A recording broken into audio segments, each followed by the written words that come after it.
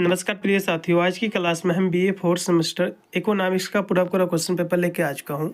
ये आपका इकोनॉमिक्स का आपका आगरा विश्वविद्यालय का क्वेश्चन पेपर है। पिछले साल का यही क्वेश्चन पेपर जो है कराया गया था, जैसा कि सभी को पता होगा। कल आपका पेपर भी लगा हुआ है आगरा विश्वविद्यालय का इकोनॉमिक्स का बीए फोर्थ सेमेस्टर में। तो इन सभी प्रश्नों को आपको रट के जाना, इसमें से काफ़ी प्रश्न जो है आपको अपने एग्जाम में देखने को मिलेंगे। चलेगा, बहुत ही तीव्र गति से आज के पेपर में हम चर्चा कर रहे हैं, इसलिए जो भी विद्यार्थी चैनल पर हमारे फर्स्ट टाइम विजिट करा तो वीडियो को लाइक करेगा और साथ मेरे चैनल को भी सब्सक्राइब करेगा, क्योंकि मैं चैनल पर बीएससी के ऑल सेमेस्टर की एग्जाम की तैयारी कराता हूं, जिसकी मदद से अपने एग्जाम में आप अच्छे नंबर प्राप्त कर सकते हैं। पेपर आपका इकोनॉमिक्स का है, इसमें आपको पढ़ना है मनी, बैंकिंग एंड जो है पब्लिक फाइनेंस। आपका पेपर का आपका टाइटल रहेगा। 2 घंटा आपका समय दिया जाएगा। पूरा पेपर आपका 75 नंबर का आयोजित कराया जाएगा और जो है इसमें टोटल आपके 100 क्वेश्चन आपके आएंगे। ठीक है, इसमें टोटल आपके 100 क्वेश्चन आएंगे, जिसमें से केवल आपको जो है 60 क्वेश्चनों का ही आपको जो है उत्तर देना है। तो ऐसा कुछ भी नहीं कि आप शुरुआत के क्वेश्चन कीजिए, आप छोड़ कर भी आप 100 क्वेश्चन में से सॉल्व कर सकते हैं। चलिए, इसका पहला क्वेश्चन देखिएगा कि कर देय क्षमता इस जो है तर्क पर आधारित है कि व्यक्तियों को शासकीय आगम में सहयोग का आधार होना चाहिए। किसका आधार होना चाहिए? तो उसकी जो है धन और जो है आय का, उसमें का होगा पहला। अगला क्वेश्चन भी आपका 2 नंबर के सरकार भारत सरकार की बजट संरचना में आमतौर पर जो है शामिल है। तो भारत सरकार के बजट संरचना में जो है राजस्व और जो है पूंजी व्यय दोनों शामिल है, इसलिए इसमें का होगा सी ऑप्शन। अगला क्वेश्चन भी आपका 3 नंबर है कि भारत में प्रमुख कर सुधारों का उद्देश्य क्या है। भारत में जो प्रमुख टैक्स हैं, इसमें जो सुधार हुआ है, इसका उद्देश्य क्या है? तो इसका जो उद्देश्य है वो है कर प्रणाली को जो है सरल बनाना और कर आधार को जो है चौड़ा करना। इसमें का बी ऑप्शन पूर्णतः राइट होगा। अगला क्वेश्चन पे आपका है 4 नंबर कि भारत में वित्त आयोग जो है जिम्मेदार है। तो भारत में वित्त आयोग जो जिम्मेदार है, ये संघ और जो है राज्य के बीच केंद्रीय करों के जो है वितरण की सिफारिश करने के लिए जिम्मेदार, इसमें का बी। अगला क्वेश्चन पे आपके स्क्रीन पे आज का 5 नंबर है कि भारत में संघीय राजकोषीय असंतुलन का अर्थ क्या होता है। तो इसका जो अर्थ होता है और संघ और राज्यों के बीच कर राजस्व का जो है असमान वितरण, इसमें का भी। अगला क्वेश्चन भी आपका है 6 नंबर कि भारत में स्थानीय निकायों की जो है वित्त मुख्य रूप से जो है किससे आती है। तो ये जो आती है केंद्र सरकार के अनुदान से, इसमें का राइट होगा आपका सी। अगला क्वेश्चन भी आपका है 7 नंबर के विकासशील देशों में राजकोषीय नीति के जो है उद्देश्य में क्या शामिल है, आपको बताना। तो इसके उद्देश्य में जो है नीति के राजकोषीय, इसमें जो है आर्थिक स्थिरता को जो है बढ़ावा देना, ये भी इसका उद्देश्य है। आय जो है असमानता को जो है कम करना, विदेशी निवेश को जो है आकर्षित करना, ये सभी कहीं ना कहीं देखा इसके उद्देश्य होंगे, इसलिए इसमें का डी उपयुक्त के सभी। अगला क्वेश्चन पे आपका 8 नंबर है कि निम्नलिखित में से जो है कौन सा राजकोषीय नीति उपकरणों का जो है घटक नहीं है। तो राजकोषीय नीति के उपकरणों का घटक कौन सा नहीं है? 8 नंबर की हम बात करें तो इसमें आपका जो दिया कि सार्वजनिक निजी जो है साझेदारी, इसका कोई भी जो है घटक नहीं है ये, इसलिए इसमें का पहला। अगला क्वेश्चन भी आपका है जो कि है 9 नंबर क्वेश्चन कि राजकोषीय संघवाद का उद्देश्य क्या है। तो राजकोषीय संघवाद का जो उद्देश्य है वो आपका हो जाएगा, इसमें का कौन सा ऑप्शन से होना चाहिए। 9 नंबर क्वेश्चन की हम बात करें तो इसमें आपका वित्तीय संसाधनों का जो है न्याय संगत वितरण सुनिश्चित करना, इसमें का भी 9 नंबर क्वेश्चन का भी। अगला क्वेश्चन भी आपका है 10 नंबर कि राजकोषीय नीति का जो है मुख्य घटक क्या है, आपको बताना है। तो इसका जो मुख्य घटक है वो है सरकारी जो है खर्च और जो है कराधान, इसमें का भी 10 नंबर क्वेश्चन का भी। आपका 11 नंबर क्वेश्चन कि राजकोषीय नीति के उपकरणों में शामिल है। तो इसमें जो है सरकारी सब्सिडी और अनुदान इसमें शामिल है, अनुदान, इसमें का बी ऑप्शन राइट रहेगा। और सरकारी खर्च और कराधान ये भी इसमें शामिल, लेकिन बी ही ऑप्शन ज़्यादातर बेटर रहेगा। अगला क्वेश्चन भी आपका है 12 नंबर कि निम्नलिखित में से जो है कौन सा विकल्प धन को सबसे अच्छा जो है परिभाषित करता है। तो धन को जो सबसे अच्छे से परिभाषित करता है वो करता है कि जो है ये जो है विनिमय का एक माध्यम है और जो है खाते की इकाई और जो है मूल्य का संग्रहण करता है, इसमें करेक्ट होगा आपका सी। अगला क्वेश्चन भी आपका है कि ग्रेसम का नियम ये जो है क्या कहलाता है। तो ग्रेसम का जो नियम होता है bad money derived out good जो है मनी, इसका दूसरा ऑप्शन राइट होगा, यानी जो है खराब पैसा जो होता है अच्छे पैसे को बाहर निकालता है, इसमें का बी। 13 नंबर क्वेश्चन का बी ऑप्शन राइट रहेगा। ये क्वेश्चन आपके एग्जाम में फंसेगा। अगला क्वेश्चन भी आपका है 14 नंबर, कौन सी आर्थिक प्रणाली संसाधन आवंटन के लिए भारी रूप से पैसे की भूमिका पर जो निर्भर करती है। तो कहोगे पूंजीवादी, इसमें का पहला। अगला क्वेश्चन भी आपका है 15 नंबर की पूंजीवादी अर्थव्यवस्था में पैसे का प्राथमिक कार्य क्या है। तो पैसे का जो प्राथमिक कार्य होता है विनिमय को जो है सुनिश्चित जो है सुविधाजनक बनाना, इसमें करेक्ट होगा आपका बी। अगला ऑप्शन भी आपका कि धातु मुद्रा मानक किस पर जो है आधारित होते हैं। तो ये जो आधारित होते हैं किस पर होते हैं, तो ये आधारित होते हैं सोना चांदी जैसी जो है कीमती वस्तुओं पर। इसका पहला पैसे की मात्रा के जो है सिद्धांत का सुझाव है कि पैसे की मात्रा के सिद्धांत का सुझाव क्या है आपको बताना है। तो इसका जो सुझाव होता है मुद्रा आपूर्ति मूल स्तर पर निर्धारित होती है, इसमें का भी। अगला ऑप्शन भी आपकी नकद जो है लेन देन दृष्टिकोण के अनुसार पैसे की मांग जो किस पर निर्भर करती है। तो पैसे की जो मांग निर्भर करती है ये आर्थिक जो गतिविधि पर, ठीक है, आर्थिक गतिविधि के स्तर पर, इसमें का भी। अगला ऑप्शन भी आपका केंसियन दृष्टिकोण पैसे पर जो है जोर देता है। तो किस प्रकार के पैसे पर जोर देता है आपको बताना है। तो जो है मुद्रा आपूर्ति को नियंत्रित जो है कहने के लिए जो है सरकारी हस्तक्षेप पर जोर देता है, इसमें का पहला। अगला ऑप्शन भी आपका 20 नंबर के निम्नलिखित में से जो है कौन सा पैसे का कार्य नहीं है, ठीक है। तो पैसे का कौन सा कार्य नहीं है 20 नंबर की यदि हम बात करें तो इसमें विनिमय का माध्यम है, तो इसका कार्य है श्रम की इकाई, ये कोई भी इसका कार्य नहीं होगा, इसमें का बी 20 नंबर क्वेश्चन का बी। अगला क्वेश्चन आपका 21 नंबर की पैसे की मात्रा के सिद्धांत के अनुसार यदि जो है मुद्रा आपूर्ति दोगुनी हो जाती है जबकि वास्तविक उत्पादन स्थिर रहता है तो मूल स्तर क्या होगा। तो मूल स्तर जो होगा डबल हो जाएगा, ठीक है, दोगुना हो जाएगा। 21 नंबर क्वेश्चन का सी।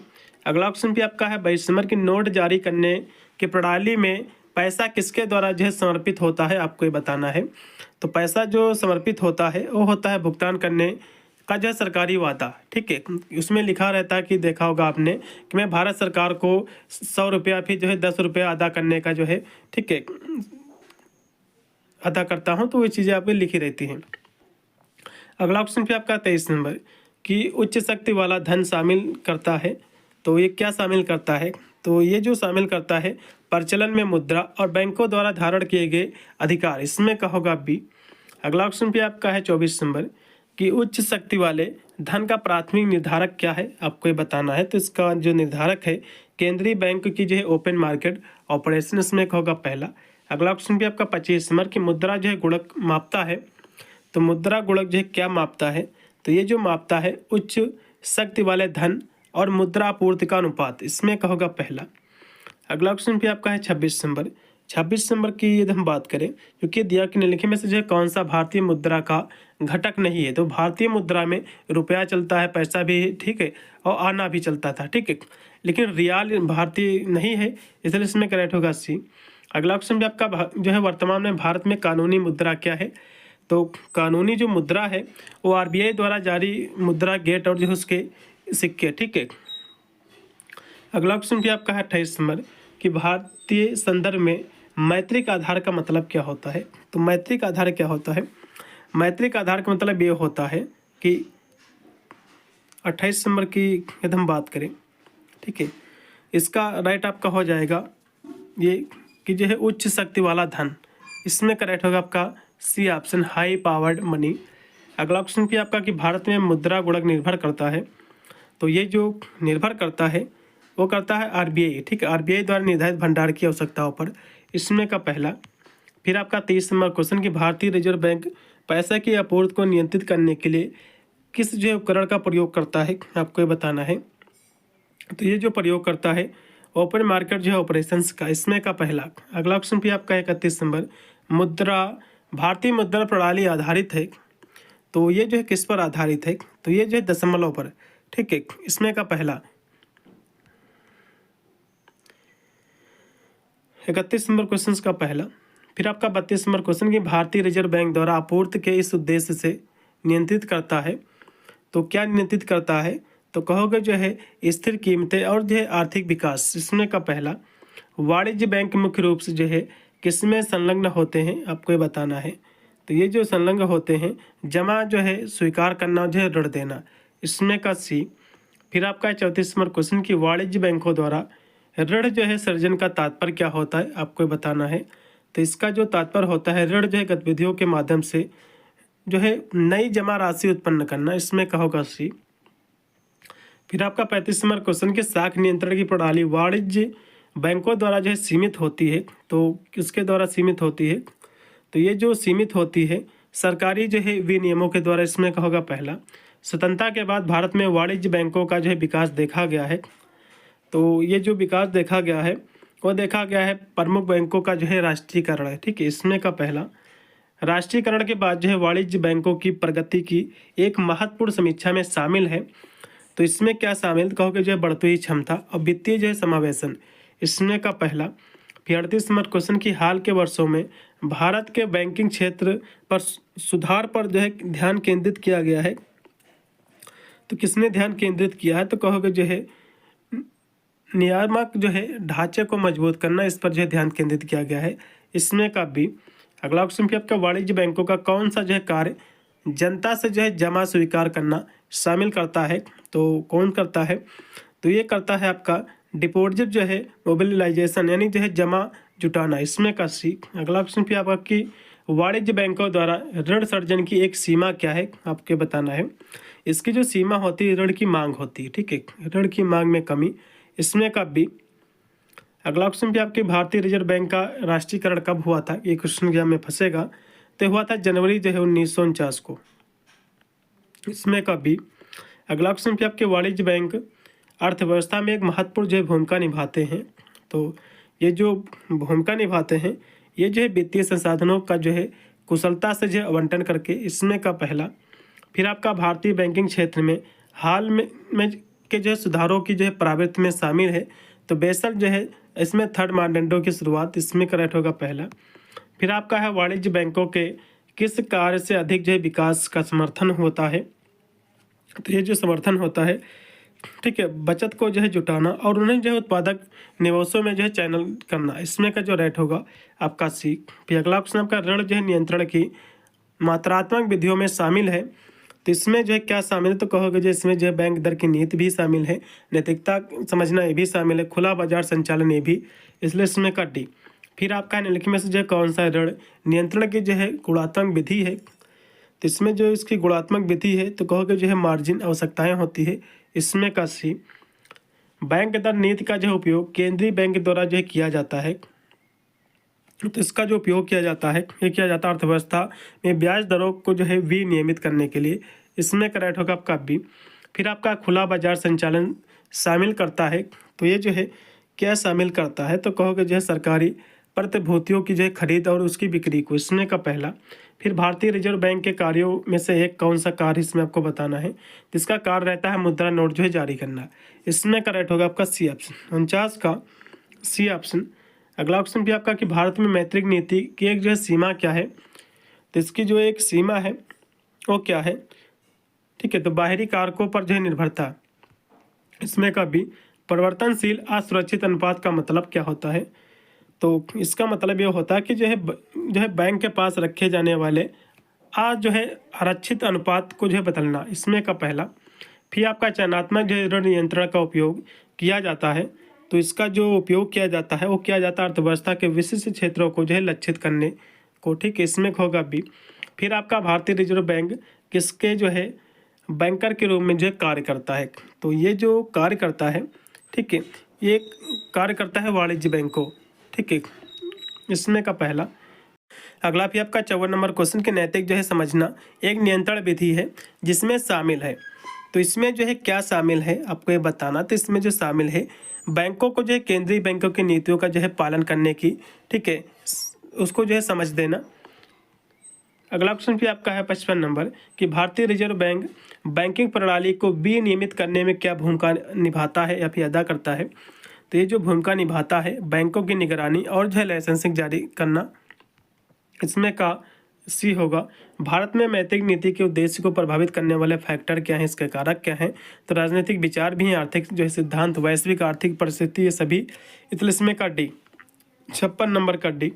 57 नंबर क्वेश्चन की भारतीय रिजर्व बैंक निम्नलिखित में से जो है कौन सी भूमिका निभाता है, तो ये जो भूमिका निभाता है वित्तीय प्रणाली को जो है विनियमित करना। इसमें का सी। फिर 58 नंबर क्वेश्चन के निम्नलिखित में से जो है कौन सा ऋण नियंत्रण की जो गुणात्मक विधि है, आपको ये बताना है। तो इसकी जो गुणात्मक विधि है वो है जो है नैतिक जो है समझना, नैतिक जो है समझाना। इसमें करेक्ट होगा आपका बी ऑप्शन। अगला ऑप्शन भी आपका है 59 नंबर। भारत में जो है मौद्रिक नीति का एक उद्देश्य क्या है, तो इसका जो एक उद्देश्य है वो है जो है क्या है, तो मुद्रास्फीति को जो है नियंत्रित करना, इसमें का भी। अगला क्वेश्चन पे आपका है कि मौद्रिक नीति की जो है एक सीमा क्या है, आपको ये बताना है। तो इसकी जो एक सीमा है, दीर्घकालीन आर्थिक वृद्धि को जो है प्रभावित करने में जो है उच्च प्रभावशीलता है, इसमें का भी। कौन सी जो है ऋण नियंत्रण विधि बैंकों को जो है विशिष्ट क्षेत्रों को उधार देने का जो है निर्देश देती है, तो ये कौन देती है, तो कहोगे जो है चयनात्मक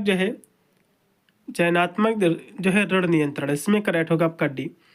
फिर आपका है मौद्रिक नीति के माध्यम से अर्थव्यवस्था में ऋण लागत और उपलब्धता को प्रभावित करने के लिए उपकरण क्या है, आपको ये बताना है।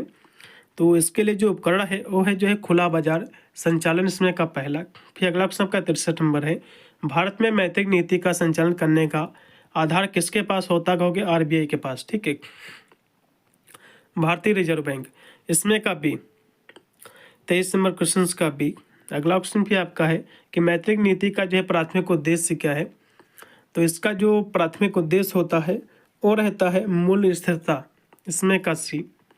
फिर बैंक दर जो है नीति का महत्व क्या है, तो इसका जो महत्व है या जो है अर्थव्यवस्था में ऋण लागत और उपलब्धता को जो है प्रभावित करना, इसका उद्देश्य रहता है, इसका महत्व है बी ऑप्शन 65 का बी। फिर 66 नंबर क्वेश्चन की सार्वजनिक जो है वित्त का प्राथमिक संबंध किससे है, तो इसका जो संबंध है वो आपका है सरकारी जो है वित्तीय प्रबंधन से, इसमें का बी। अगला क्वेश्चन भी आपका कि निम्नलिखित में से जो है कौन सा सार्वजनिक वित्त का जो है सबसे अच्छा ऋण करता है, आपको ये बताना है। तो इसमें जो सबसे अच्छा इसका जो ऋण करता है वो करता है सरकारी संस्थाओं द्वारा वित्त का प्रबंधन, इसमें का सी होगा। फिर 68 नंबर क्वेश्चन की निजी और सार्वजनिक वित्त के बीच में अंतर क्या होता है, तो इन दोनों के बीच में जो डिफरेंट होता है, जो अंतर होता है वो होता है खर्च का जो उद्देश्य भी रहता है खर्चे का, और जो है राजस्व का स्रोत भी, दोनों रहते हैं, ठीक है। लेकिन आप इसमें का पहला लगेगा, ज़्यादा सही रहेगा। 68 नंबर क्वेश्चन का, वैसे तो दोनों इसके उद्देश्य ही हैं, अब यूनिवर्सिटी के ऊपर डिपेंड करता है कि किसको सही ठहराए। अगला क्वेश्चन देखिएगा, सार्वजनिक वस्तुओं की जो विशेषता होती है, इसकी विशेषता होती है गैर प्रतिस्पर्धा और जो गैर निष्कासन, इसमें का डी। फिर आपका है 70 नंबर क्वेश्चन आपकी स्क्रीन पे आ चुका है कि जो है निम्नलिखित में से जो कौन सा सार्वजनिक वस्तु का जो उदाहरण है आपको बताना है, तो कहोगे राष्ट्रीय जो है रक्षा, इसमें का सी।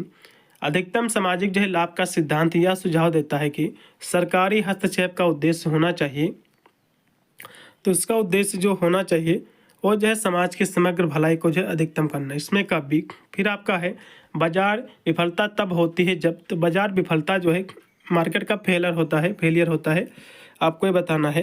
तो ये तब फेलियर होती है जब बाजार संसाधनों का जो है कुशलता से आवंटन करने में जो है, जब कह सकते हो विफल रहता है, ठीक है, इसमें करेक्ट होगा आपका डी ऑप्शन। अगला क्वेश्चन भी आपका 73 नंबर की निम्नलिखित में से जो है कौन बाजार विफलता का कारण है, आपको बताना है।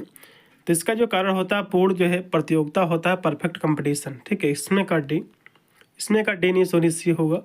अगला क्वेश्चन भी आपका कि बाजार विफलता को संबोधित करने में सरकार की भूमिका शामिल है, तो सरकार की भूमिका कैसे शामिल, तो कहोगे बाध्यताओं को सही करने के लिए हस्तक्षेप करना, इसमें का पहला। फिर आपका है राजकोषीय नीतियों का संबंध सरकारी कार्यों से है, तो किन कार्यों से, कहोगे कराधान और सार्वजनिक खर्च से, इसमें का बी। 75 का बी होगा। फिर 76 नंबर क्वेश्चन के निम्नलिखित में से जो है कौन सा राजकोषीय नीति का जो उदाहरण नहीं है, उसका उपकरण नहीं है, उदाहरण नहीं पूछ रहा, उपकरण नहीं है, तो कौन सा राजकोषीय नीति का उपकरण नहीं है, आपको ये बताना है। तो इसमें जो उपकरण नहीं है मौद्रिक नीति, इसका उपकरण नहीं है, और सभी इसलिए इसमें का पहला ऑप्शन। फिर आपका 77 नंबर क्वेश्चन आपके स्क्रीन पे आ जाएगा कि राजकोषीय नीति का प्राथमिक उद्देश्य क्या है, आपको ये बताना। तो इसका जो उद्देश्य रहता है अर्थव्यवस्था को जो है स्थिर करना रहता है, इसमें का सी। अगला क्वेश्चन भी एक जो है प्रगतिशील कर प्रणाली में क्या होता है, आपको ये बताना है। तो इसमें जो होता है यह जो है आय बढ़ने पर जो है कर दरें जो है बढ़ती है, इसमें का डी लगाओ, राइट रहेगा 78 नंबर क्वेश्चन का।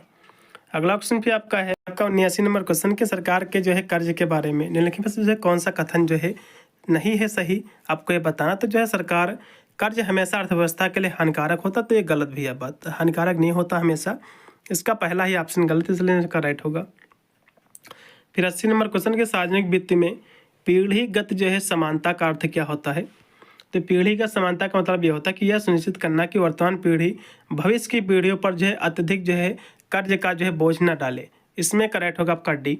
अगला क्वेश्चन क्या का सार्वजनिक व्यय का जो प्राथमिक उद्देश्य क्या है? तो इसका जो उद्देश्य है समाज की भलाई को जो है बढ़ावा देना। इसमें का भी सार्वजनिक व्यय का कौन सा सिद्धांत या सुझाव देता है कि सरकारी खर्च को आवश्यक वस्त्र और सेवाओं को जो है प्राथमिकता देना चाहिए। तो ये जो देता है पर्याप्तता का सिद्धांत देता है इसमें का पहला। फिर आपका 83 नंबर क्वेश्चन की सार्वजनिक जो है व्यय के सिद्धांत में निम्नलिखित में से जो है कौन सा शामिल नहीं है? इसमें कौन सा शामिल नहीं है? 83 नंबर की बात करें तो जो है लाभ का सिद्धांत जो इसमें शामिल नहीं है। अर्थव्यवस्था का सिद्धांत, लचीलापन का सिद्धांत, उत्पादकता का सिद्धांत, ये तीनों शामिल है। इसलिए इसमें का पहला सार्वजनिक व्यय का कौन सा जो है सिद्धांत अनावश्यक खर्च को कम करने पर जो है जोर देता है? तो ये जो फोर्स देता है, जोर देता है, उत्पादकता का सिद्धांत देता है। इसमें का सी। अगला क्वेश्चन भी आपका सार्वजनिक व्यय का जो है भीड़ भाड़ प्रभाव जो है कब होता है आपको बताना है। तो इसका जो प्रभाव होता है ये होता है सरकारी उधारी से जो है ब्याज दरें बढ़ती हैं और जिससे जो है निजी जो निवेश है भी कम हो जाता है। इसमें का भी अगला क्वेश्चन भी आपका है जो कि 86 नंबर के सार्वजनिक व्यय के जो है रुझानों पर कौन सा जो है कारक प्रभाव डालता है? तो इसमें आर्थिक चक्र, राजनीतिक जो है विचारधाराएं, तकनीकी जो है प्रगति, है सभी से इसमें काट दी। निम्नलिखित में से कौन सा जो है भारत में सार्वजनिक व्यय की वृद्धि का जो है कारण नहीं है? तो इसमें जो कौन सा कारण नहीं है ये क्वेश्चन पूछ रहा है। 87 की हम बात करें तो इसमें जनसंख्या वृद्धि भी एक जो है कह सकते हो एक कारण है, तकनीकी प्रगति भी, लेकिन सामाजिक कल्याण कार्यक्रम कोई भी एक प्रकार का बाधा नहीं, कोई भी इसका कह सकते हो सामाजिक व्यय की जो है वृद्धि का कारण नहीं है। इसलिए इसमें करेक्ट होगा आपका सी। अगला क्वेश्चन भी आपका राजकोषीय धारा तब होती है जब। तो राजकोषीय धारा कब होती है? तो ये धारा जो है तब होती है जब सरकारी व्यय सरकारी जो है राजस्व से अधिक होता है। इसमें का भी अगला क्वेश्चन भी आपका है 89 नंबर के निम्नलिखित में से जो है कौन सरकार द्वारा पूंजीगत जो है व्यय का उदाहरण है आपको ये बताना है। तो इसका जो एग्जाम्पल है बुनियादी जो है ढांचे परियोजनाओं में जो है निवेश। इसमें का भी सार्वजनिक व्यय से जो है सार्वभौमिकता का सिद्धांत या जो है सुझाव देता है। क्या सुझाव देता है? 90 नंबर क्वेश्चन की हम बात करें तो जो है सरकारी खर्च में सभी नागरिकों को जो है समान रूप से लाभ होना चाहिए। इसमें का पहला। फिर आपका 91 नंबर क्वेश्चन कि सार्वजनिक व्यय के बारे में निम्नलिखित में से कौन सा जो है कथन सत्य है आपको ये बताना है। तो इसमें सार्वजनिक व्यय सकारात्मक और नकारात्मक बाध्यताओं दोनों का जो है कारण बन सकता है, अभी बन सकती है, इसलिए इसमें का सी होगा। अगला क्वेश्चन भी आपका है कि कराधान में भुगतान करने की क्षमता का सिद्धांत या जो है सुझाव देता है। तो ये सिद्धांत क्या सुझाव देता है? तो ये जो सुझाव देता है ये सुझाव ये देता है कि जो है करों को किसी जो है व्यक्ति की आय अर्जित करने की क्षमता के आधार पर लगाया जाना चाहिए। इसमें का पहला।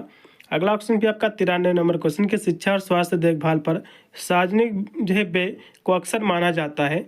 तो इस व्यय को अक्सर क्या माना जाता है? तो कहोगे जो है मानव पूंजी में निवेश। इसमें का भी अगला क्वेश्चन भी आपका 94 नंबर क्वेश्चन के निम्नलिखित में से कौन सा सार्वजनिक व्यय का जो है प्रकार नहीं है?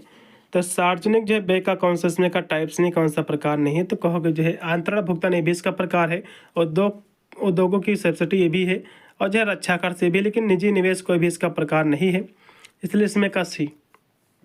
अगला क्वेश्चन भी आपका 95 नंबर क्वेश्चन के निम्नलिखित में से जो कौन सा सार्वजनिक आय का जो स्रोत नहीं है? तो सार्वजनिक आय का जो स्रोत नहीं है वो करारोपण ये भी इसका सिद्धांत है, ठीक है, स्रोत है। ऋण लेना ये भी है, उपयोग कर ये भी, लेकिन मैत्रिक नीति कोई भी इसका जो है स्रोत नहीं, इसलिए इसमें का सी। 95 का सी। अगला क्वेश्चन भी आपका 96 नंबर की करारोपण को जो है सर्वोत्तम तरह से जो परिभाषित किया जाता है, फिर परिभाषित किया गया है। तो किस तरह से सबसे अच्छी इसमें परिभाषा कौन सी है करारोपण की? तो इसमें जो सबसे अच्छी परिभाषा है ये जो है सरकार को जो है क्षतिपूर्ति दे है, इसमें का सी। अगला क्वेश्चन भी आपका इसके अलावा जो है करारोपण के सिद्धांत में जो है सम्मिलित नहीं है। तो कौन इसमें इसके अलावा और सम्मिलित नहीं है? 97 की हम बात करें तो उत्पादकता के सिद्धांत के अलावा इसमें कोई भी शामिल नहीं है, इसलिए इसमें का सी। करारोपण में जो है समानता का सिद्धांत प्रभावी है। तो ये सिद्धांत जो प्रभावी है ये कर वितरण में जो है न्याय और पारदर्शिता के लिए, इसमें का भी। फिर आपका करारोपण को जो है वर्गीकृत किया जाता है। तो इसको वर्गीकृत जो किया जाता है ये किया जाता है आगम के स्रोत से भी, दर की जो कर की दर है इससे भी, और संग्रह करने के तरीके से भी, इसलिए इसमें कर डी। फिर लास्ट का आपका 100 नंबर क्वेश्चन की कर वितरण की ऐसी कौन सी प्रणाली है जो व्यक्तियों को शासकीय आगम में जो है सहयोग करने के लिए प्रेरित करती है और जिसका आधार जो है सार्वजनिक वस्तुओं जो है सेवाएं हैं। तो कौन करती है? ये करती है जो है लाभपूर्ति दृष्टिकोण, इसमें का बी ऑप्शन। पूरा मैंने पेपर सॉल्व कर दिया, इन सभी प्रश्नों को रट के जाइएगा। पेपर जैसे हो जाएगा तो पेपर मुझे जरूर भेज दीजिएगा, मेरे टेलीग्राम चैनल है पढ़ाई करो ऑनलाइन के नाम से, ठीक है। इसमें पेपर अपना आपको भेज देना है। मिलता है वीडियो के लिए, तब तक सभी को thank you for watching this video.